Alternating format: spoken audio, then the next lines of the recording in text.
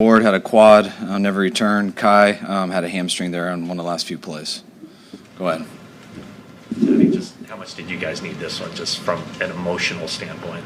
Huge. I mean, you guys know how it is. You lose a couple in a row in the NFL, and it's tough. And we've lost 4 in a row, so that was very needed for a lot of people. And what does this game kind of tell you about your team? I mean, just the way they battled. I mean, not everything went perfect. I would have liked us to stop them more on defense.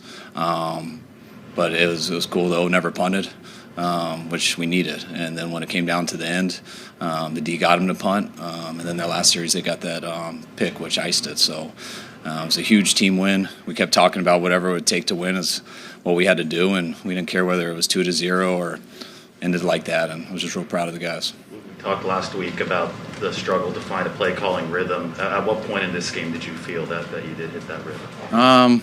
I felt our offense.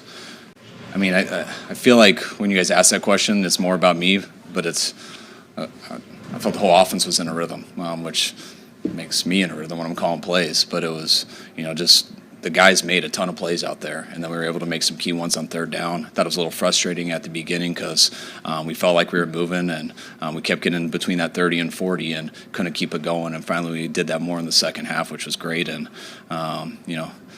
we were just messing with Mitch because he had a baby yesterday, and we flew him out here to punt. At least he helped, though, and did good on those. Talk about team effort, the Elijah Mitchell touchdown. Have you seen a play? No, that was really cool, and that was I think you could see a lot on one play, kind of what our team's feeling right now. We knew we had to hunker down. We knew we had to battle this week. We knew that would be a fight. I think that's a really good team that we just beat, and you can just see how important it was to all 11 guys out there because we needed all 11 to get them in the end zone. Kyle, what about the Debo play? And you've been kind of sluggish up to that point. How much of a spark was that? The screen? Yeah. Oh, that was great. I mean, we had that was the first series of the third quarter, right? Yeah, those first 2 plays got us in the longer distance, especially with that penalty that we had, which was going to end up being the first time we were going to punt, especially being in third and long there. And you give it to Debo trying to just flip the field and get it close to 4th down. But for him to hit it like that, everyone picked up their blocks, which gave him a clean lane. And Debo, who he was battling his calf all week, for him to be able to finish that out and get us close to the end zone was awesome. It was huge. Following up on that, how important was it to get those big plays? You hit the big one to him at the end of the first half, but just so you didn't have to keep kind of matriculating the ball. So it was huge. I mean, when you get those big plays, I mean, it helps a ton. And we were hoping to get that. The post throw to Debo, we tried a couple times in the game and just didn't get the right look, and then we got it right there, and the O-line protected great. Debo beat his guy. Jimmy made the right read and the right throw, and wish we would have finished with 7 there at the end, but at least allowed us to score before we went in a half. What's your philosophy on that? I mean, because you look at it and you didn't leave yourself much time after that play, but obviously you don't want to give the ball back to the Bears. So how do you try to finesse that situation? It comes down to third down and how many times they have, timeouts they have. If they didn't have those timeouts and stuff, then it doesn't matter. But when you're facing a third down and you don't know if you're going to get it, you want to take a little time off that clock. You want to make sure that you don't give them a chance to score. I believe they had 3 timeouts at the time, so that's a huge concern. When a team has 3 timeouts, if you go 3 and out, they get to do what we did, and we felt it was extremely important they didn't add points at that time, especially with them starting with the ball in the third quarter. And when it's third down, I think there is time to go score, and at least a field goal. And with a big play, you got a chance for a touchdown. But if you don't convert that third, I think it was Tayuk that we converted the third down on. But if you didn't, at least you don't feel like you're making it a lot harder on them with 3 timeouts. You talk so much about getting explosive runs. Do you have a sense for why you were able to unlock those today? I thought from what it looks like, Elijah made some really good runs at the end of them. I think we gave him some clean lanes. That run defense, it's tough to get through those 5 on the line of scrimmage, and they didn't go 6 on the line as much as they have on tape. But our guys blocked well. He got through there, and I thought he got a lot more plays, or made a lot more plays than what it was just blocked for. So, and just the receivers blocking on the outside, everything that's allows you to get the big ones, and it would have been a much tougher day if we didn't get those big ones. On Garoppolo's 2 touchdown runs, did those go as planned? And it looked like there was no consideration about bringing Trey in because he was in his coat. Because he was what? He was in his coat and beanie and stuff. Yeah, I mean, I wanted to be safe with the packages for him this week. It was his first week back, so I wasn't going to just put him in there, just for run stuff like that. So he was ready to go if Jimmy got hurt. But no, the first one, we just timed out the motion wrong with the noise and stuff down there, and Debo tried to hit it, realized it was going to Debo.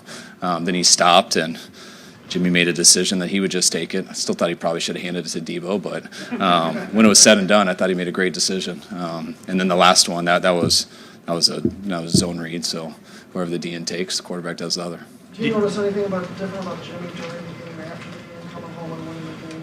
What do you know? I thought he played real well.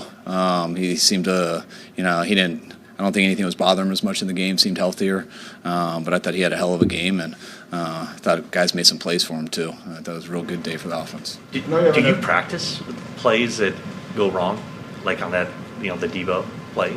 Does Jimmy know what to do? Yeah, anytime. It just goes back forever. But anytime you have a running play, and something happens where the back's not there, or in that case, Debo, the quarterback's supposed to run where the back was supposed to go, and that's what Jimmy did. I know you haven't had a chance to review the film, but it seems like Charlie Warren's been really good for you guys this last couple of weeks. What have you seen from him in his development, and what went into the decision to give him more reps in the roster today? Charlie's we feel like he's been getting better and better. Him and Dwelly are two dependable guys that we count on, and they serve roles when Kittle's out there, but not having Kittle this last month, those guys have had to step it up. And Charlie's been getting healthier. He's been battling some stuff throughout the year, but he's a really good blocker, and he's got the speed to help us in the pass game. And he's taking advantage of his opportunities. The more he's got to play, especially today. I think I agree with you. I'll see on the plane, but it seemed like he played real well. What's your level of concern with Jimmy Warren's call? Pretty big concern. I don't know yet. But I think when you talk about pulling a quad, it's very similar to pulling a hamstring, and we'll see if that's the case on it. Do you know how he hurt it? Did he hurt it on a specific play? I don't know. Yeah.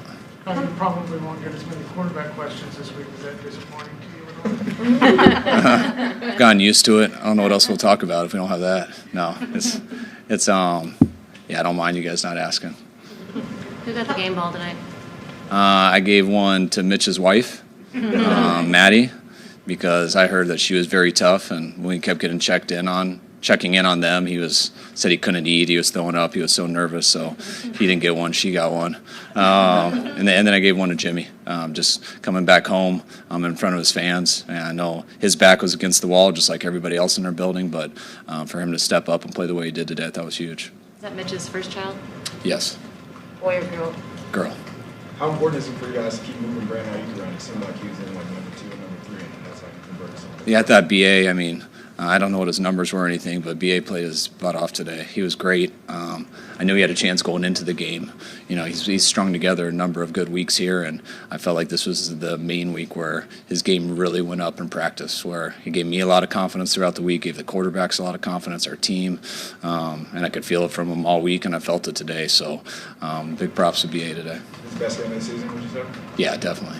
This week you talked about Chicago's defense and coming into this game they went for the sacks, but you look at keeping Garoppolo relatively clean and how they looked at plays.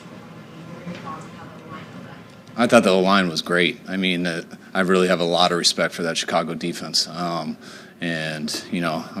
definitely, it's nice not having Khalil out there, but they got good players all over.